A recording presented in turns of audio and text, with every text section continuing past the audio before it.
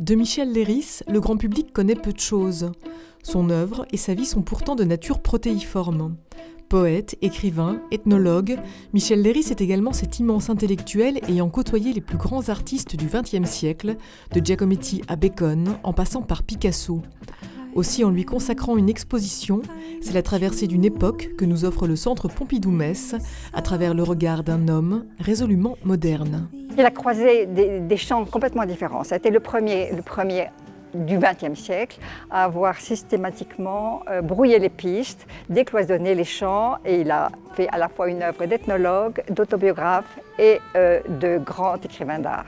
On a été le premier surréaliste, écrivain surréaliste, à faire de l'ethnologie. Ça a été le premier ethnologue aussi à être à ce point-là proche des artistes.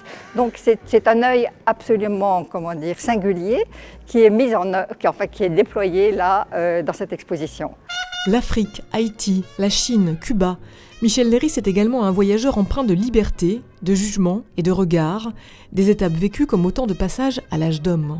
Toute sa quête a été une suite de rites d'initiation en fait. À chaque fois, chaque expérience, chaque nouveau terrain d'exploration a été une nouvelle approche et une nouvelle découverte. Et parmi elles, celle de Francis Bacon, en 1965, qu'il sera le premier à introduire en France. Bacon disait que jamais quelqu'un avait écrit aussi bien sur sa peinture que Leiris. Mais au-delà de la peinture, c'est aussi les hommes, les hommes qui les intéressaient. C'est-à-dire c'est l'homme Bacon, l'homme Picasso, etc., dans leur humanité, dans leur trivialité, dans le quotidien. Francis Bacon, André Masson, son mentor, Alberto Giacometti et tant d'autres qui gravitent autour de lui comme une famille. Des amis avec lesquels il tisse des passerelles entre poésie, peinture et ethnographie, ou avec lesquels il partage des passions, comme celle pour la tauromachie. Il y voit vraiment une métaphore à la fois de l'érotisme, de l'art, de ce combat entre l'homme et la bête, l'animal, de ce passage féminin-masculin. Il y voit aussi une métaphore de l'art, de la création.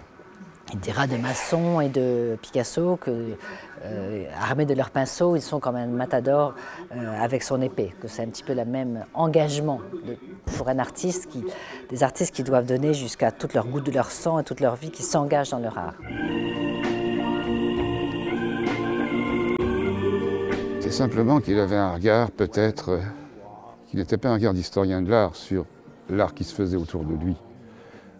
Il était dans cet art qui se faisait. Je crois qu'il trouvait en Leiris l'écrivain idéal qui comprenait le mieux leur art et leur personnalité.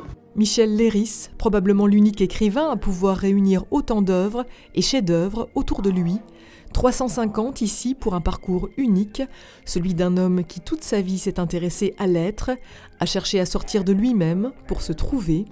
Michel Leiris, un nom et une exposition qui désormais pourrait bien, vous aussi, vous mettre en transe.